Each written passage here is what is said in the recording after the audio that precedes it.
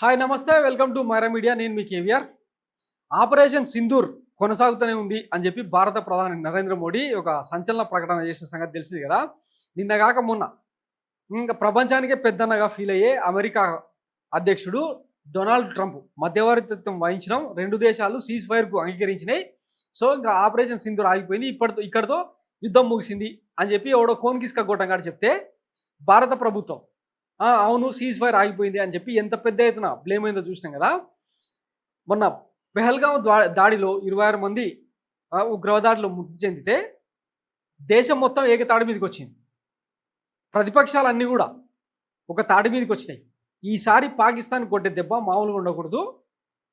అవసరమైతే పిఓకేను ఆక్యుపై చేసుకున్న తర్వాత టెర్రరిస్టులు అందరినీ తుదముట్టించిన తర్వాతనే ఏమైనా చేయండి అని చెప్పి ఏకవాక్య తీర్మానం చేసిన రేంజ్లో చెప్తే ఇంకా డొనాల్డ్ ట్రంప్ మధ్యవర్తిత్వం వహిస్తే అసలు రెండు దేశాలు పాకిస్తాన్ ఏం చేస్తుంది అన్నది ప్రపంచం మొత్తానికి తెలుసు. దానివల్ల ఎవరు ఎక్కువ ఇబ్బంది పడుతున్నది భారత్కు బాగా తెలుసు. ఆల్రెడీ ఆర్మీ ఇన్వాల్వ్ అయ్యి ఆపరేషన్ సింధూర్ పేరుతో చేయాల్సినంత కుల్లబోడి చేసింది పాకిస్తాన్. ఇంకొద్దిగా టైం ఇస్తే ఫ్యూచర్లో ఎప్పుడు కూడా భారతదేశం వైపు కన్నెత్తి చూడకుండా చేసేవాళ్ళు త్రివిధ దళాలు. ఇంత ఆల్ ఆఫ్ సడన్గా యూటర్న్ తీసుకోవడం ఎంతవరకు కరెక్టు? ఈ నేపథ్యంలో నరేంద్ర మోడీని ఇందిరాగాంధీతో పోల్చి ఇక గతంలో ఎన్నెన్ని పోస్టులు వేసినారో చూసారు కదా. ఆమె ఇంకా అపర భద్రకాళి, కాళీమాత అని చెప్పి గతంలో ఆమె మీద ఉన్న బిరుదు కదా 1971లో కేవలం అంటే ఉన్న చిన్న చిన్న వనరులతోనే పాకిస్తాన్ మొత్తాన్ని విడగొట్టేసి, బంగ్లాదేశ్ను పాకిస్తాన్ విడగొట్టేసి అపర భద్రకాళిగా ఆమె ముద్ర వేసుకుంది. ప్రపంచంలోనే అత్యంత శక్తివంతమైన మహిళగా.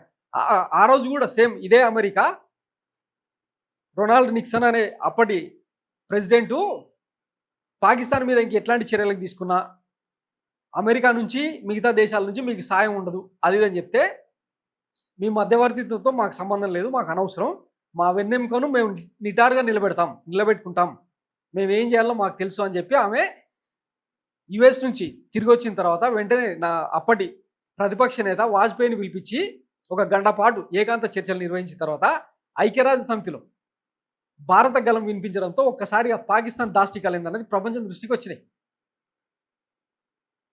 సో ఇట్లా చెప్పుకుంటూ పోతే చాలా పెద్ద చరిత్ర ఉందన్నమాట. గత ప్రభుత్వాల దౌత్య నీతి కావచ్చు, అప్పుడు చూపించిన తెగువ ధైర్యం కావచ్చు, అవన్నీ ఇప్పుడు నరేంద్ర మోడీ చేస్తాడని చెప్పి దేశం ఫీల్ అయితే, డొనాల్డ్ ట్రంప్ ఎవడు అసలు?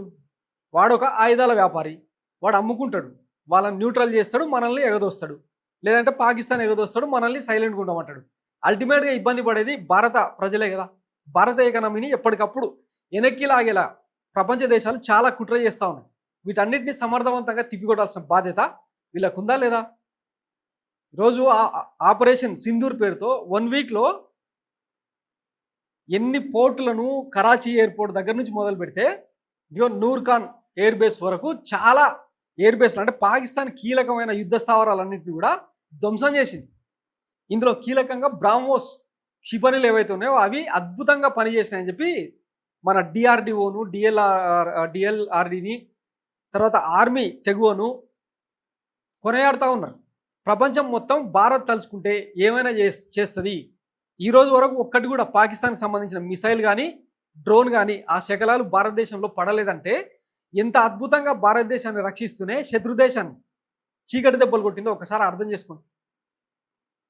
మొదట్లోనేమో ఆర్మీకి అన్ని రకాల వెసులుబాట్లు ఇస్తూ ఉన్నాం, మీ విషయాల్లో మేమేం జోక్యం చేసుకోము, కానీ పాకిస్తాన్కి మాత్రం ఒక సినిమా బొమ్మ చూపించాలి అని చెప్పి ఇచ్చినందుకే కదా ఇంత జరిగింది. ఇంకా కొద్ది రోజులు, ఒక 15 రోజులు కంటిన్యూ చేస్తుంటే యుద్ధం ఎప్పుడు కూడా పరిష్కారం కాదు అని చాలామంది నిపుణులు, డిప్లొమాటిక్స్ వీళ్ళందరూ చెప్తే వీళ్ళు సూడో సెక్యులరిస్టులు అది అని చెప్పి దుమ్మెత్తిపోసింది ఈ బీజేపీ సోషల్ మీడియా బత్తాయి గాళ్ళంతా. ఈరోజు ఏమైంది? సీజ్ ఫైర్ ఆపేయమంటే ఆపేస్తారా? అనివార్యంగా యుద్ధ రంగంలోకి దిగింది భారత్. దానికి ఒక కొలిక్కి తీసుకురావాలి కదా. తెలుసు యుద్ధం జరిగితే రెండు వైపులా రెండు దేశాలకు కొంత ఎక్కువనో తక్కువనో నష్టం ఉంటుంది, లాభాలు ఏముండవు. ఇక్కడ భారతదేశంలో మధ్యతరగతి పెద్ద ఎత్తున ఎఫెక్ట్ అవుతుంది పన్నుల పేరుతో. వీటన్నిటికీ సిద్ధమైపోయారు భారతదేశ ప్రజలు. ఎందుకంటే ఇంకా పదే ఇవే లొల్లాయి ముచ్చట్లు చెప్పుకుంటూ ఓట్ బ్యాంక్ రాజకీయాలు చేస్తామంటే ఎవడు సహిస్తాడు? సో ఈ జనరేషన్ కొత్త తరం కూడా పెద్ద ఎత్తున సోషల్ మీడియాలో దుమ్మెత్తిపోస్తూ ఉంది. ఇప్పుడు తీరా యూటర్న్ తీసుకునేసరికి దేశం మొత్తం రివోల్ట్ అయ్యేసరికి మళ్ళీ ఆపరేషన్ సింధూర్ కొనసాగిస్తున్నాం అని చెప్పి మళ్ళా ప్రకటనలు అన్నమాట. ఒక్కసారి ముక్కు నేలకు రాయించి తప్పైంది అని చెప్పిపించేదాకా పోరాడుంటే పాకిస్తాన్ను మరొకసారి భారత్ వైపు కన్నెత్తి చూడకుండా ప్రపంచ దేశాల దృష్టిలో దోషిగా మార్చేలాగా చేసి ఉంటే అసలు ఎంత అద్భుతంగా ఉండేది. నరేంద్ర మోడీకి ఈ బీజేపీ పార్టీకే కాదు, మొత్తం ఒక 20 ఏళ్ల పాటు వేణోళ్ళ పొగిడేది దేశం. మంచి గోల్డెన్ ఛాన్స్ను మిస్ చేసుకున్నట్టు అయిందనమాట. చారిత్రక తప్పిదం అంటారు చూసినారా ఇది. ఇంకా వీళ్ళకు ఇందిరాగాంధీ, అపర భద్రకాళి ఆమెతో పోలికలు అవసరమా? ఈ దౌత్య నీతి గురించి, ఈ యుద్ధ కథనాల గురించి చూస్తూనే ఉన్నాం కదా. అన్నీ చాలా వరకు రెండు దేశాలు కూడా కొన్ని చెప్పకూడదు అబద్ధపు ప్రకటనలు చేస్తారు, డమ్మీ వీడియోస్ బయటకు వస్తాయి. ఇవన్నీ సోషల్ మీడియా ట్విట్టర్లలో పెట్టి గూస్ బంప్స్ వచ్చేలాగా ప్రకటనలు చేస్తే కరెక్టా? సో చూద్దాం. ఆర్మీ అయితే చాలా పట్టుదలగానే ఉంది. త్రివిధ దళాలు ఈ దేశానికి ఎప్పుడు కూడా ఈ రాజకీయ నాయకులతో ఏమీ జరగదు. ఎంతసేపున ఈ దేశాన్ని కాపాడేది, రక్షించేది సైనికులే. ఈరోజు మురళీ నాయక్ అనే వ్యక్తి అనంతపురంలో చనిపోతే ఎట్లా ఎంత ఘననివాళి ఇచ్చిందో చూసిరు కదా. సో అట్లుంటుంది అనమాట. ఈ వీర జవాన్లను పావులుగా వాడి రాజకీయం చేస్తామంటే ఎట్లా కుదురుతుంది? సో కనీసం వాళ్ళకు ఘననివాళి ఇచ్చేందుకైనా పాకిస్తాన్కు చుక్కలు చూపించాల్సిందే అని చెప్పి దేశం ముక్తకంఠంతో భావిస్తూ ఉంది, చెప్తా ఉంది. సో మరి ఈ పాలకులు ఏం చేస్తారో వెయిట్ చేద్దాం.